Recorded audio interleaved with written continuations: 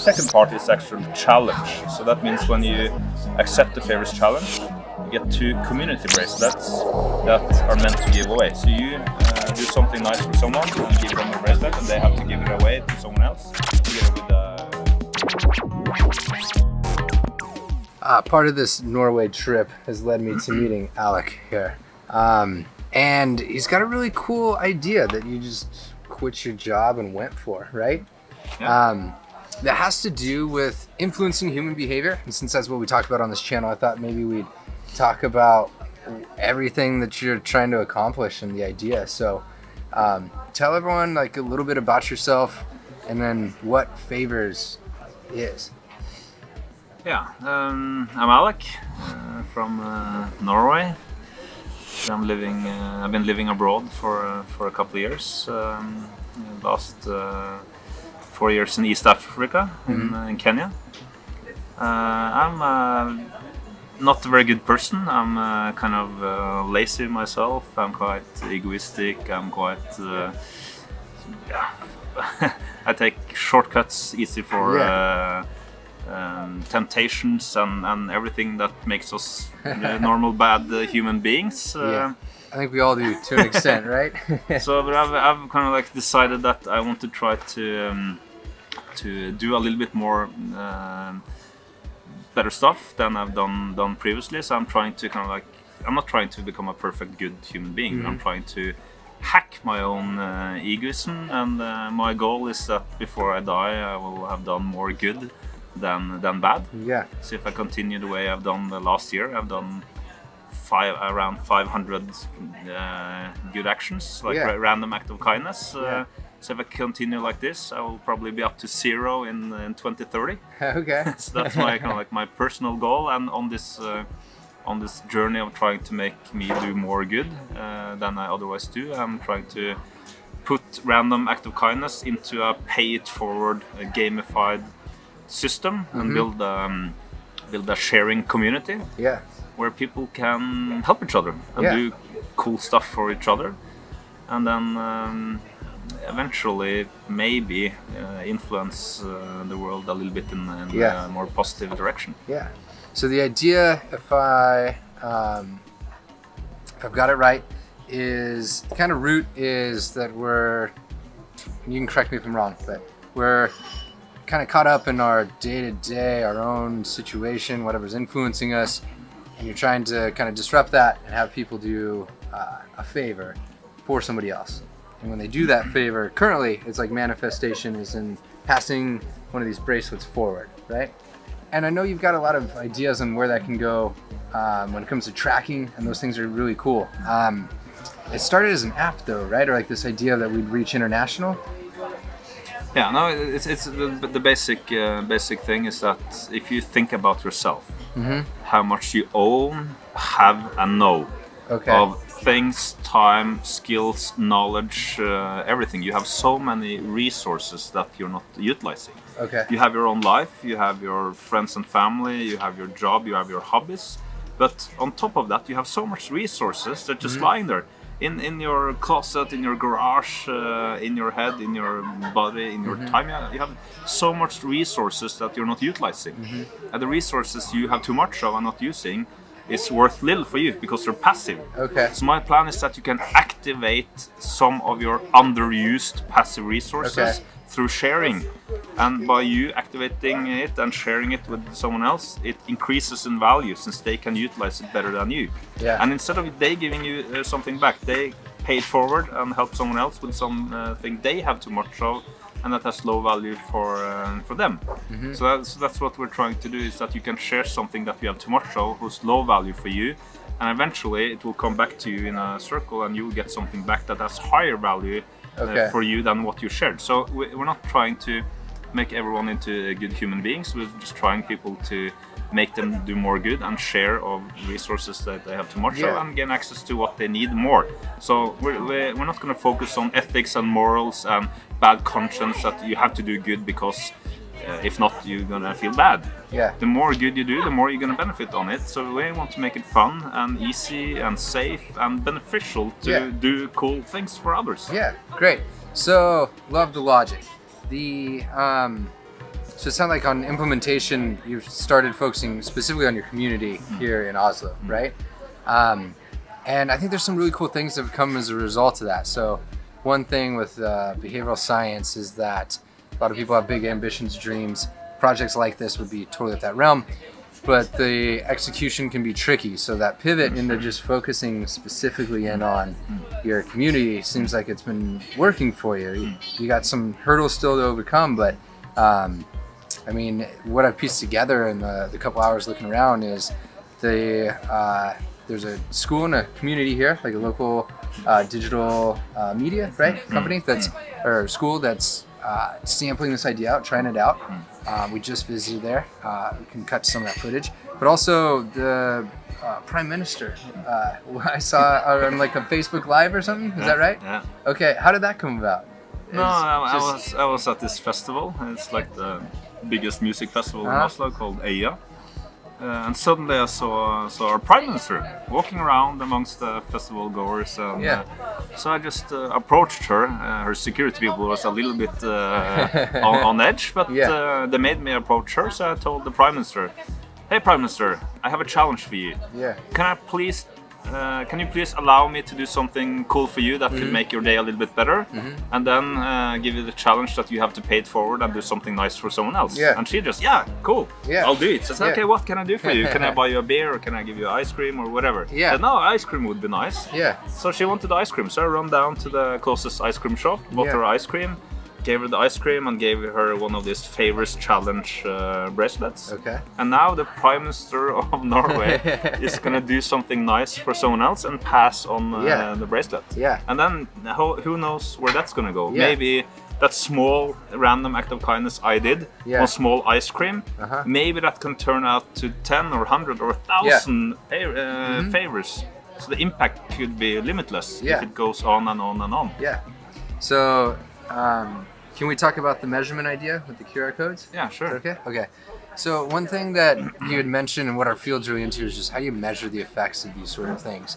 And I like that you're focusing in on that a lot. So tell folks how this QR code and like you give me some ideas.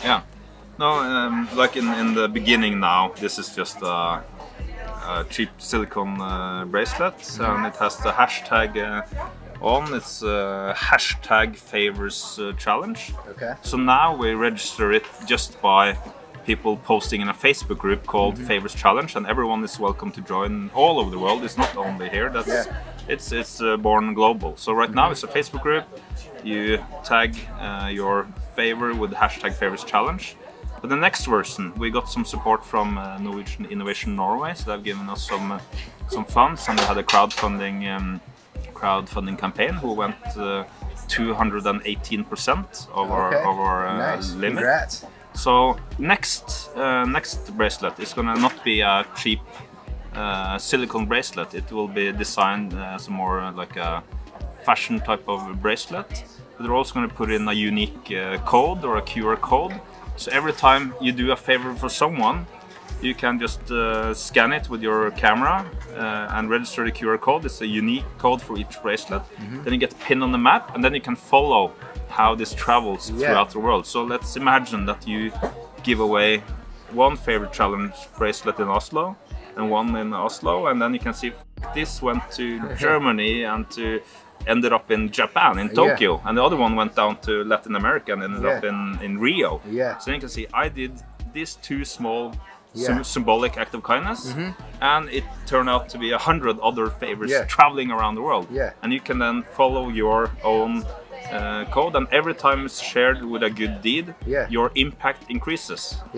And then we're gonna, of course, try to make it fun, so the people who has the most impact will get cool giveaways and rewards from our Favrs challenge partners. That's awesome. Love the model. What do you need help with? Spreading the word. I need help of people just doing cool things for others and asking them to do something cool. Because if you just, a lot of like super idealistic people say, why do you need to measure it? Why do you need to tell about what you do. Why can't I just do good things and not tell about it? I say, of course you can do that. It's not like I'm gonna make it illegal to do nice things and don't tell about it. Yeah. But if you do one thing and it stops with you, it's only one thing. But if you do one thing, the same thing, but you ask someone to pay it forward and pay it forward, and you tell others about it, maybe you can influence 100 people to do good things. So that's why we want to measure it, and why we want to try to track it, so that it increases in exponential growth. Cool. When do the QR code bands come out? It depends. Right now we're just testing this as a prototype, so when we have proof of concept that people actually like it and actually do it and actually register it, so maybe in 6 months. But this is live, and we have a web shop at favrs.net. Cool. And we have a Facebook group called Favrs Challenge. So everyone is welcome to join Favrs Challenge, the Facebook group. Cool. And everyone can buy a bracelet on our web shop. Cool. But you don't need the bracelet to do a favor. It's just do a favor without the bracelet, but tag it with the hashtag Favrs Challenge, and then we can track it when people share it, with or without the bracelet. This is just a icebreaker that will make it easier, that people understand you're not just a crazy weirdo doing random things. It's part of a bigger of a bigger thing. So it's to help you do it, make it more fun, and make people understand you're not a lone crazy wolf. You are part of a community trying to spread joy and happiness throughout the world. Yeah, cool. I love it. We can count on some of us, myself included, like go check that out. Yeah. Push it forward. I'll join the group. Cool. The grassroots movement. Can you like tell anybody like how that's kind of like what's working, what's not? Like any wisdom you can kind of pass forward? Because there's a lot of people that are ambitious on this channel to build something like this and move it forward.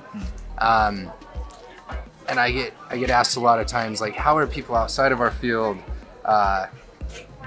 getting things out there that are working? And so something like the Prime Minister paying attention, or like the interview you said that you got maybe potentially lined up, those things our field like begs for sometimes. Any ideas, suggestions? Yeah, what I've done is just to go out on the street and talk to people. So I've done that now for actually a year. I took a year off work, and I started walking 10 hours every day, talking to every person I met. So last year I've been speaking with at least 5,000 people. Yeah. And the most amazing things happen when you just talk to a stranger. You have no idea who it is. You don't know who they are or what they can do or whatever. So I've just started talking to people, and suddenly I meet this artist. Actually, I was sitting at the wine bar having a glass of wine, and I turned to a stranger in the bar and said, "Hey, can I buy you a glass of wine?" He said, "Why?"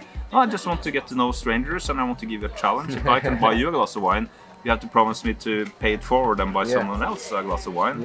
And he said, "Cool." And it turned out he was one of my favorite artists. Nice. I know his art, but I didn't know his face. So I've seen his art everywhere. Okay.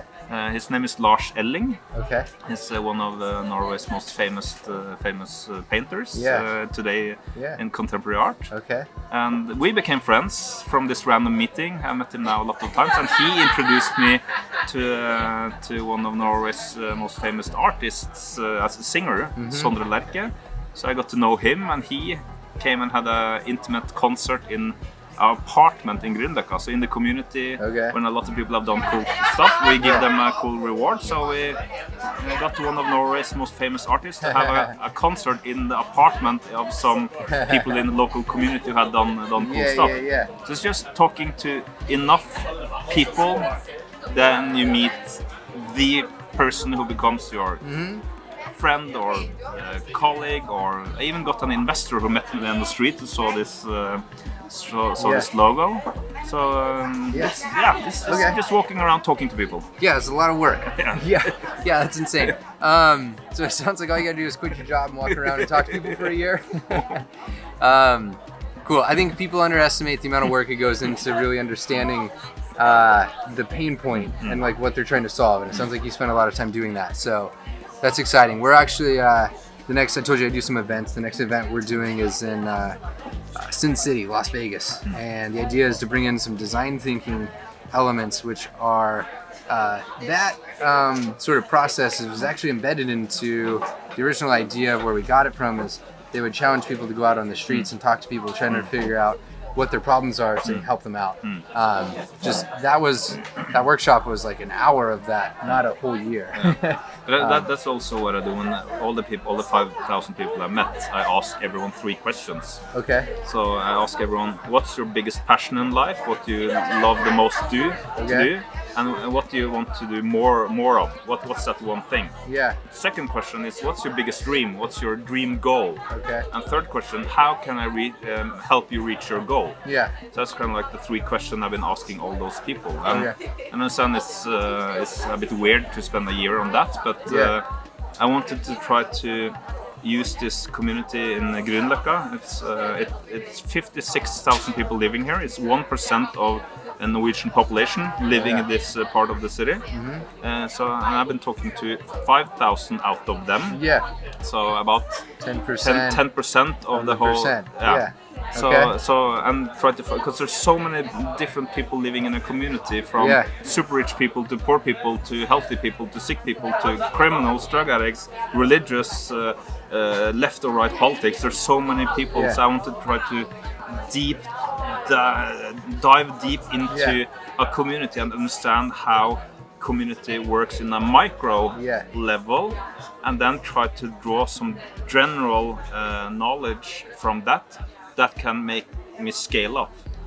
Because a community, if you look at it very kind of like casual from outside, a lot of different communities looks different by appearance. But if you dive deep into the community, every community on the planet consists of the different type of mechanisms. You have officials, you have unofficials, you have business, you have rich, poor, left, right, criminals, drug. You have the same type of people in every community. And when I spent a year to understand my community, I can scale that up on a global scale to understand any community. Because people are people, no matter where the fuck you live, people are people. No, one thing we know is that people's behaviors like influenced by certain things. I think that's a great place to leave it. All right, you know what to do. Go check him out down below. Like, share, subscribe if you're into this sort of stuff. And I just literally hit you up on social media and said, hey, sounds like a cool idea. Let's talk. And I appreciate the favor of a beer. You have to pay it forward, so you have to buy someone else a beer. So That's right. It's not a reciprocity thing. I will be giving these out at the first conference that I'm at, which I believe. You are making me a video, then I have to pass that on. So it's not a favor for a favor. It's no exchanging. It's no selling, renting, exchanging. I see. Every favor has to be paid. But if I do something with you, you have to pass it on. If you do something with me, I have to pass it on. It doesn't serialize each other. Then it stops. Then the whole point is gone. It's Calaba. So see y'all. So the Favrs challenge bracelet has 2 functions. The first function is that it's an icebreaker of getting strangers to have a chat. So this one is your personal bracelet. This one you're not going to give away, and you can wear it as often or as little as you want. But when you wear it as a bracelet, or you have a cap or a pin or a t-shirt or whatever, whenever you show this symbol, it means I'm open for a chat with anyone. So anyone can just approach you and say, hey, I see you have the Favrs logo. Okay, let's have a chat. So it's an icebreaker to get people to talk to each other. And the second part is actual challenge. So that means when you accept the Favrs challenge, you get 2 community bracelets that are meant to give away. So you do something nice for someone and give them a bracelet, and they have to give it away to someone else together with a cool thing. So that's the short explanation on it. Cool. And this is like the written explanation. Cool. I'm gonna commit to grabbing some and putting them in our community and seeing where they go. Today would be it.